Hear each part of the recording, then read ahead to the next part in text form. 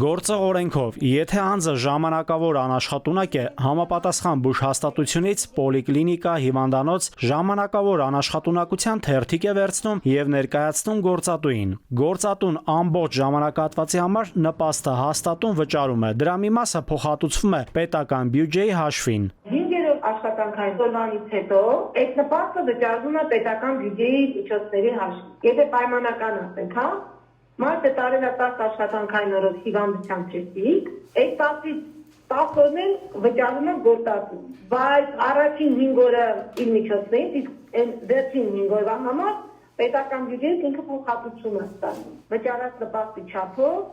այդ ամսվա եկամտային հարկը պակաս է վճարում։ Սեպտեմբերից արդեն նպաստ ստանալու համար շահառուն այլևս որևէ դիմում կամ փաստաթուղթ ներկայացնելու կարիք չի ունենա։ Նպաստները կնշանակի միասնական սոցիալական ծառայությունը, այն կհաշվարկի անաշխատունակության վերաբերյալ էլեկտրոնային առողջապահական համակարգը եւ եկամուտների վերաբերյալ հարկային մարմինը տեղեկություն կտրամադրի ինքնաշխատ եղանակով ստացված տվյալների հիման վրա։ Մարդը կհիվանդանա, այդ մասին տեղեկատվությունը առողջապահության համակարգից կստանա, կփոխանցենք հարկային մարմնի միջոցով իր բոլոր գործատուներին, գործատուն կիմանա, որ իր աշխատողը այսօրվանից հիվանդ։ Հետո մի հատ էլ որ կփակի բուլետենը, արդեն գործատուն կիմանա, որ այսօր իր աշխատողը առողջ է։ Այդ տեղեկատվության հիման վրա հարկային իսկ ունենք անհրաժեշտ տեղեկատվություն եկամուտների մասին, համակարգով կհաշվարկվի անաշխատունակության նպաստի չափը, դրանից կանեն գործատուի կողմից վճարման ենթակա գումարը եւ այդ միջոցով կասեն գործատու ջան,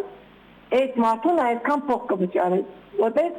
քո այդ օրերի համար վճարման ենթակա գումար։ Իսկ մնացածը պետական բյուջեից կվճարի հիվանդին։ Մայրության նպաստն էլ գործող օրենքով ամբողջությամբ հաստատուն վճարում է գործատուն, հետո էլ այն ամբողջությամբ փոխհատուցում է պետական բյուջեն։ Այդ գումարը գործատուն նվազեցնում է եկամտային հարկից։ Հիմա երբ որ հեղին տանա բուլետենը գործատուին 140 օրվա համար հաշվարկում է, վճարում է,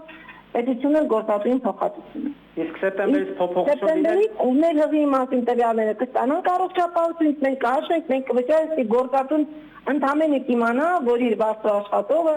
այս ամսից այն ամիսը հղիության ծննդաբերության արտասուքսի գտնվի։ Փոքր բիզնեսը կամ տնտեսական գործունեություն ծավալողը, եթե ունի մինչև 3 աշխատող եւ եկամտային հարկ չի կարողանում վճարել կամ աշխատողներից մեկը հիվանդանում է եւ մյուս երկուսի եկամտային հարկն էլ բավարար չէ վճարած հարկից նվազեցնելու համար, այս դեպքում էլ չբավարարող գումարը բյուջեն կփոխհատուցի։ Նաիրի Մուրադյան, ժամը լրատվական։